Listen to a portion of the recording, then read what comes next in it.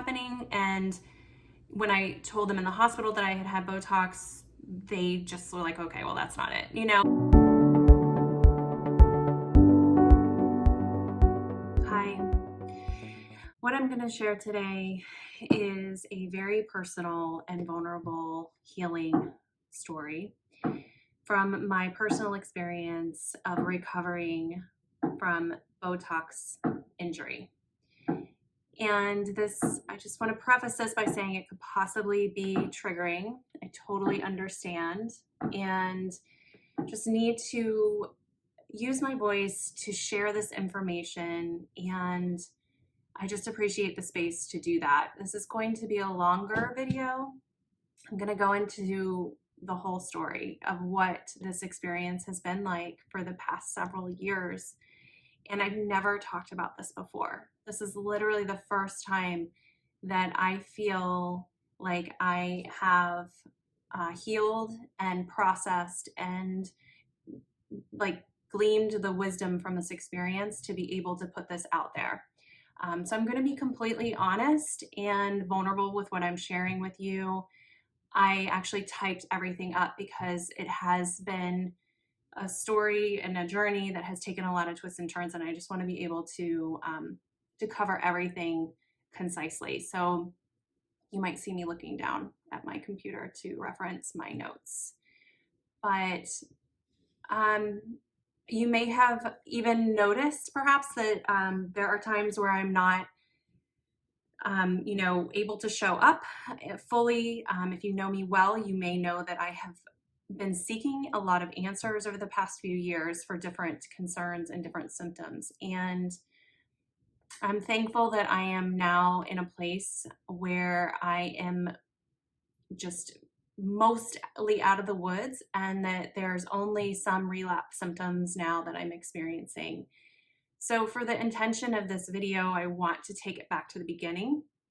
I'm going to describe acutely my experience and some of the ongoing effects of that. And really, my intention is to shine light and talk about something that does have a real risk associated with it, that it's very hard to find information on.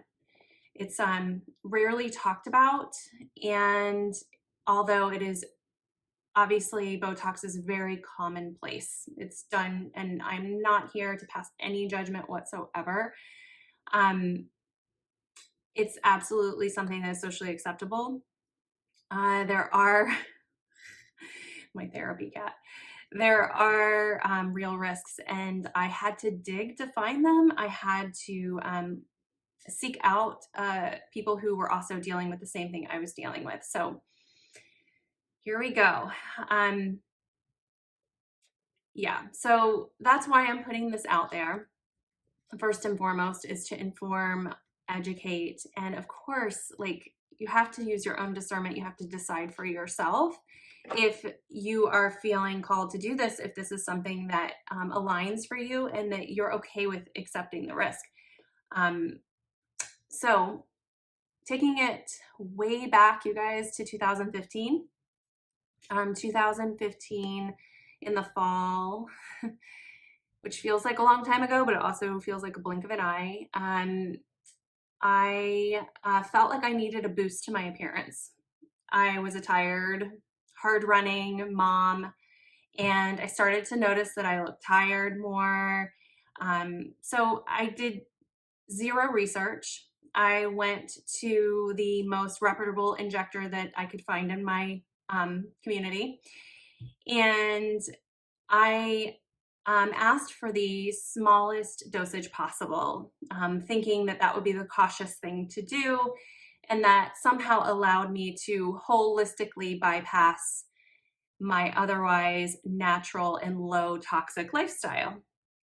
Because, I just, again, emphasized I wanted a natural look. So I was relieved when she explained to me, well, Botox is technically naturally occurring. And, I looked at how many women, well, there were men too, but mostly women, were coming in and out steadily that, this was a thriving practice, and they looked awesome. They looked healthy. They looked thriving. And so I set aside, any concerns and went for it. And I left the initial appointment feeling fine. I had a little bit of a headache, which is very common, and, was expecting that. So the results take a little bit to work with Botox. And so when I started to see how it was making the lines in my forehead look less prominent, and I did feel like I had a fresher appearance and I looked younger, I became really excited to go back. So I went back a few months later, and for another dose, again, a low dose. And initially I had that similar feeling of headache, but nothing of concern really. And I believe that it was at this appointment, which was in November of 2015, that I experienced what's known as a spread of the toxin from the injection site.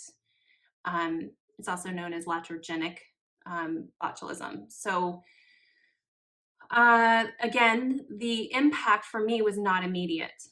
And that set up the stage for me to not connect the dots. I went back to, my normal life. Everything was fine. And it was not, again, for a couple weeks that I did not have any reaction, like immediate, like concerning reaction. Everything was very mild. At the same time, I had also started a different supplement. And in my mind, I was like rationalizing that perhaps a supplement was what was going to cause the acute illness that I experienced. So it was right before Christmas of 2015, and it was a very acute experience that I had, that I ended up in the emergency room. I had basically was brought to my knees with a full body panic attack that left me with shortness of breath, heart palpitations. I had never experienced anything like that. It was extremely scary. And I, thought for sure something was wrong with me. I was having a heart attack or something was going on that would explain this. So I went to the ER. Of course, they said, "Oh, you're having anxiety/panic attack. You should follow up with your general doctor and, see what's up with that." So the episode passed with some medication, and I, was like, okay, hopefully that never happens again. That was horrible. Unfortunately, that began the progression of experiencing those episodes frequently. And in fact, I ended up in the emergency room 3 times in total, and was convinced that I was dying. So what those intense panic episodes felt like were full body shaking, almost convulsing. I couldn't control that movement. Um, Again, I had heart palpitations, heart racing, shortness of breath. I also had blurry vision and intense jaw pain that felt like my jaw was going to lock. It felt like I had, a massive headache in the back of my neck, and ringing in my ears was very specific. I was very sensitive to light, sound, anything with any trace of a stimulant to it.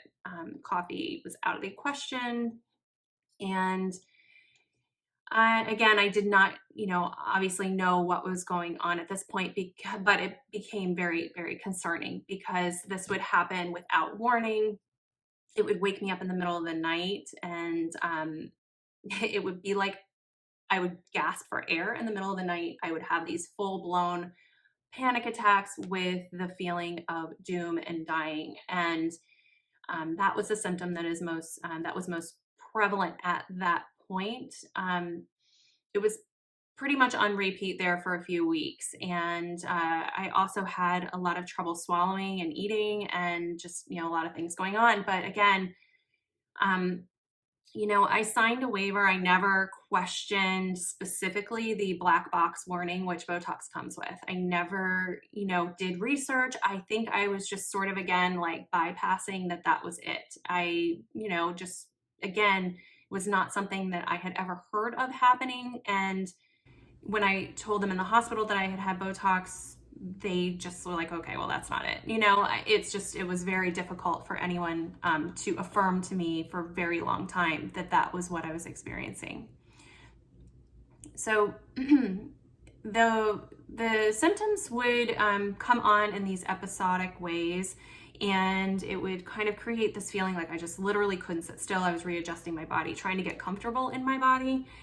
And there was electrical like zapping that would happen within my head, and that accompanied with lightheadedness, dizziness, even full-blown vertigo. That actually developed later, but that was all sort of a part of the equation that I was feeling. So I just want to be very clear about the symptoms I'm feeling, because a lot of times we are told that they are other things, and it's important, if this resonates with you and you have those, that you can correlate it back, because I, in fact, did not make this correlation. And this is like humbling for me to admit, to be honest with you. I did not make this correlation until 2017. So I proceeded on getting injections pretty much quarterly until 2017. Again, nothing would happen to me acutely like right afterwards, and I just never was able to correlate that. So after really going into 2016, I started going to every doctor that I could, looking for answers why I just did not ever feel normal. I was extremely fatigued. I would be fine some days, enough to, function. And some days I literally was like on the couch, just doing the bare minimums to take care of my family and my business. I really, in hindsight, do not know how I did it. I know that I pushed my body extremely hard at this time just to try to keep the wheels on the track and to continue to move forward. So after the ER visits, I went to see a regular doctor and was given a prescription for Xanax, and I was not excited about getting it, except for the fact that it took the edge off. And I know that I existed by microdosing this Xanax, where I would take just, a sliver of the pill to keep the edge off, to be able to function. And then if something of an episode came on strong, I would take, a regular dosage. And this was all very contradictory to the lifestyle that I was wanting to embrace, and that I was teaching other people to embrace. So you have to understand, this is a very vulnerable and humbling share for me. I, have wrestled with this after the fact for quite some time. It's been, a real process to get to this place of even being able to own this and to say that this has been my experience. So thanks for going easy on me. I have a little bit of sweaty armpits. So after the general doctor, she kind of suggested, some things. I got some different tests done. I went to a cardiologist because the heart palpitations were concerning. I, never really had that before. It felt like my heart was like skipping a beat, beating out of my chest and racing. Of course, that is sort of correlated a lot of times in women, especially to their thyroid. So I got my thyroid completely checked out. The cardiologist experience in of itself, and going through this, the cardiologist haphazardly prescribed me a beta blocker so I wouldn't feel the sensation any longer, which I did not take. I declined and taking a beta blocker, and just continued with microdosing the Xanax, basically. So the effects that continued were neurologically obvious. I was having difficulty with focus and attention, concentration. I was having difficulty with even formulating sentences, and my words were slurring sometimes. I also was having a lot of brain fog, and I had to force myself, to function with those with those symptoms happening, and continued with these sporadic panic episodes. They were exacerbated by travel, and I'll talk a little bit about sort of the lasting effect from this at the end here. But I took every functional medicine doctor's test possible. I learned, that my immune system was in overdrive, and there was really no explanation for that. So they were suspecting Lyme, and that was, a bit of a dead end, because that ultimately wasn't what was going on. But when you are poisoned with botulism, your immune system is going to be, operating in high, overdrive. The only thing that was really obvious is that my cortisol levels were extremely high, and that there was also causing, a cascade of other hormone disruptions from that. So I landed on the diagnosis, which I was so desperate for, to understand what was going on, of adrenal fatigue. And I started working with an adrenal fatigue specialist. He was a wonderful man in California. We would do weekly calls, and he would very gently try to introduce different supplements. The thing with the Botox illness is that you are very hypersensitive to much of any supplement. So you had to be very careful. Some things with him gave me some relief, and some things actually caused me to relapse. So I, tried to rebalance my system as best I could working with him. And the thing is that if this affects you, there is really nothing that can be done except treating the symptoms. You have to let your body try to fight it to get back to balance as best it can. And it sometimes will take a lot of time. I started to find some relief in 2018. But the hardest, most life-changing and challenging part of this is that I have developed, and I'm now, again, it's been an interesting experience with being in quarantine, over the past several months. But I developed agoraphobia. So if you aren't familiar with agoraphobia, it is like it's this fear of leaving your house, but the fear is really rooted in leaving the house and being helpless in a situation. So leaving the house and having a panic attack was my biggest fear. And at this point, I had let go of using the Xanax as best I could, because again, I didn't like the way that made me feel overall. I knew that was not really addressing the root of what was going on. I still didn't fully understand the root cause either.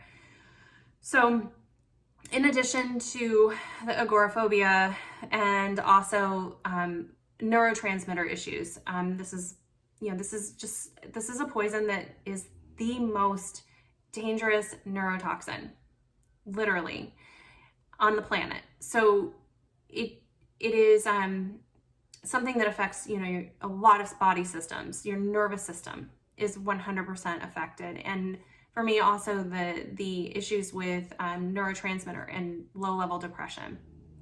Those have been the most lasting effects. However, fatigue as well.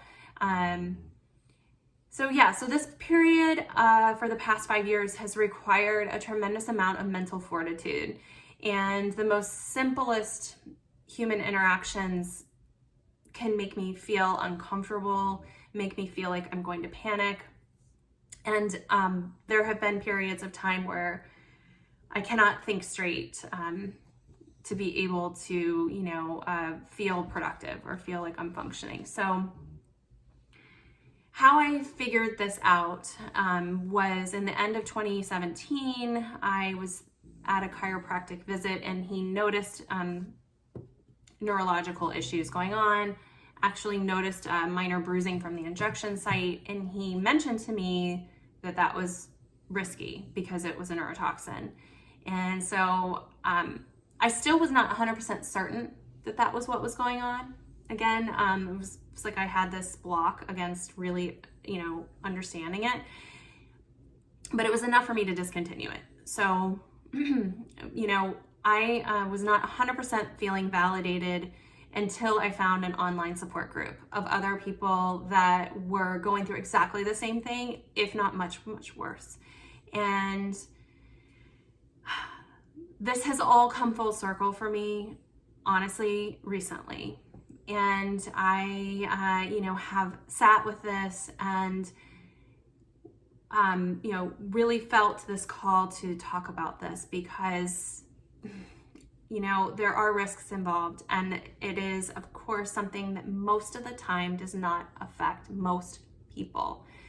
But what I'd like to leave you with today is that there is real risk, and that once it happens, there is nothing that you can do to reverse it. You can only cope with the symptoms, like I said. So I just encourage you, if you're considering doing this or if you're experiencing symptoms, to use your discernment to assess for yourself. Because what I've learned is that this can happen, this spread from the injection site can happen the first time, it can happen the 100th time.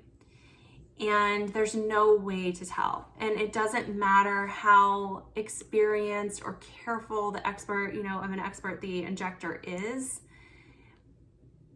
The other very obvious problem here is that it is not detectable in your system.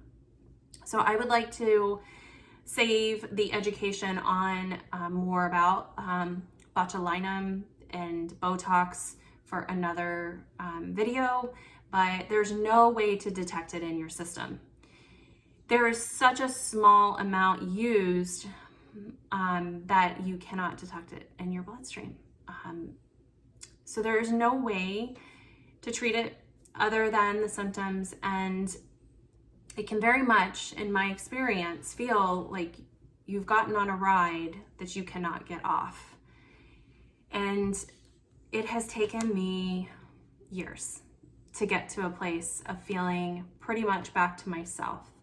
So this is the end of a massive healing cycle and self-learning process for me.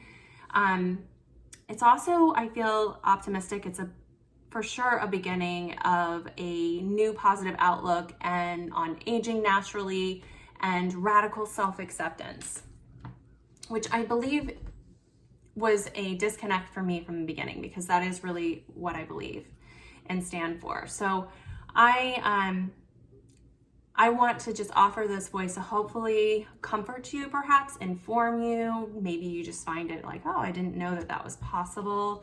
But here's the thing. I'm finding new ways to embrace this aging process naturally. As we mature in years, there's really so much to be said for having vitality. And, this is a much bigger topic, right? So for me, there's no going back. I will never take the risk again, ever. It's absolutely not worth it for me personally. But if you've made it this far in the video, I just want to say thank you for listening and giving me space to tell this exactly as it went down. And I will be following up, like I said, with more factual information and specifics. But thank you, and I'm sending big love to you wherever you are in your own self-actualizing journey. Thank you.